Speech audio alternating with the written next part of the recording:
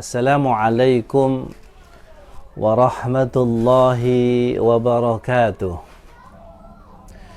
Bismillahi walhamdulillah, wassalatu wassalamu ala rasulillah Sayyidina Muhammad ibn Abdullah wa ala alihi wa sahbihi wa man tabi'ahu wa walah, amma ba'du. Para pemirsa IKADI TV yang dirahmati oleh Allah Subhanahu wa Ta'ala. Allah Subhanahu wa Ta'ala berfirman di dalam surah Al-Isra ayat 70. Dalam ayat ini Allah menjelaskan tentang hakikat kedudukan manusia dalam Islam. Bahwa kedudukan manusia dalam Islam menempati posisi yang mulia. Allah Subhanahu wa Ta'ala nyatakan, A'udzu billahi minasyaitonir rajim, wa laqad karamna bani Adam. Sungguh kata Allah, kami telah muliakan anak dan keturunan Nabi Adam. Wa hamalnahum fil barri wal bahri, kami angkut mereka dari lautan dan juga daratan. Warzaqnahum minat thayyibat, dan kami berikan rezeki kepada mereka dari yang baik-baik. Wa faddalnahum, kami lebihkan mereka ala katsirin mimman khalaqna tafdila, atas seluruh makhluk-makhluk yang kami ciptakan dengan kelebihan yang sempurna. Dari ayat ini, para pemirsa sekalian, jelas bahwasanya kedudukan manusia itu begitu sangat mulia dalam pandangan Allah Subhanahu wa Ta'ala. Bahkan di dalam surah At-Tin, Allah Subhanahu wa Ta'ala juga berfirman, kata Allah, laqad khalaqnal insana fi ahsani taqwim. Sungguh kata Allah, kami telah menciptakan manusia dalam bentuk yang paling baik. Namun pemirsa sekalian yang dirahmati oleh Allah Subhanahu wa Ta'ala, muncul persoalan ketika ada sekelompok manusia yang merasa lebih tinggi daripada yang lain, sehingga mereka melakukan penindasan. Nah, sehingga martabat atau kedudukan manusia itu menjadi hina. Kemuliaannya menjadi hilang ketika manusia itu dalam penindasan dan dalam penjajahan. Makanya ketika seorang Ratu Bilqis, ketika dia mendapatkan surat dari Nabi Sulaiman, dan persepsi dia tentang Nabi Sulaiman adalah seorang raja yang ingin menguasai negerinya, dan tidak beda dengan raja-raja atau penguasa-penguasa yang lain, ketika memasuki satu negeri pasti akan melakukan eksploitasi terhadap negeri tersebut, melakukan kerusakan-kerusakan dan pertumpahan darah. Meskipun persepsi ini keliru, karena sesungguhnya Nabi Sulaiman adalah hamba yang beriman dan bertakwa kepada Allah Subhanahu wa Ta'ala. Maka ketika dia melakukan ekspansi keluar negerinya adalah bukan dalam rangka menjajah, tapi adalah dalam rangka justru menyelamatkan tauhid, menyelamatkan iman daripada bangsa tersebut, yang diinformasikan oleh burung hudhud bahwa Ratu Bilqis dan rakyatnya itu adalah sebagai penyembah matahari. Sehingga persepsi Ratu Bilqis, dan ini juga tentu sama dengan persepsi-persepsi manusia secara umum, diabadikan dalam Al-Quran.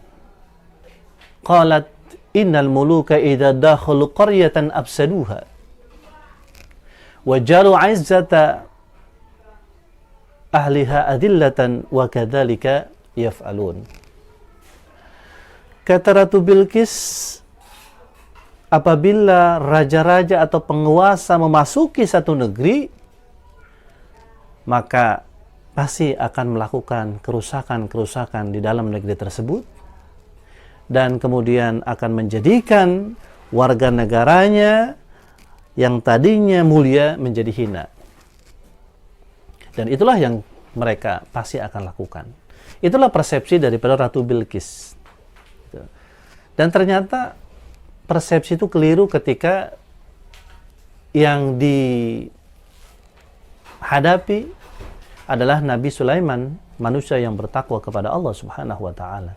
Dan juga dalam sejarah Islam juga telah terungkap bagaimana dulu para pejuang-pejuang Islam, para dai-dai yang mereka melakukan ekspansi daerah keluar dari Makkah dan Madinah, maka yang kita saksikan adalah bahwa mereka betul-betul melakukan sebuah futuhat, penaklukan yang menjadikan sebuah negeri itu justru yang tadinya hina menjadi mulia. Dan kemudian mereka melakukan perbaikan-perbaikan. Dan hal ini sangat berbeda sekali ketika negeri-negeri Muslim itu dikuasai oleh negara-negara di luar Islam. Justru yang terjadi adalah apa yang dipersepsikan oleh Ratu Bilqis tadi.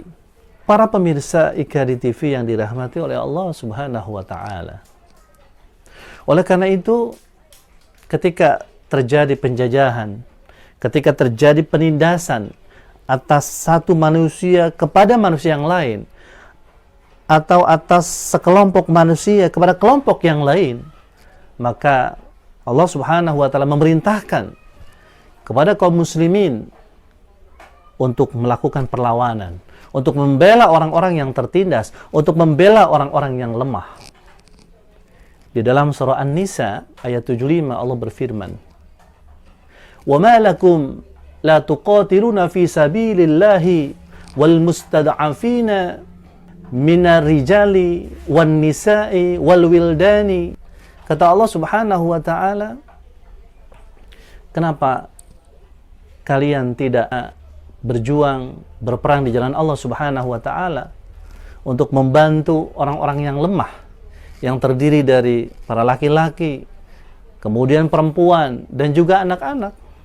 Yang kata Allah, alladzina yaquluna rabbana akhrijna min hadhil qaryata zalimi ahluha. Mereka selalu berdoa, ya Allah, keluarkan kami dari kota ini, ya Allah, yang penduduknya itu berbuat zalim kepada kami.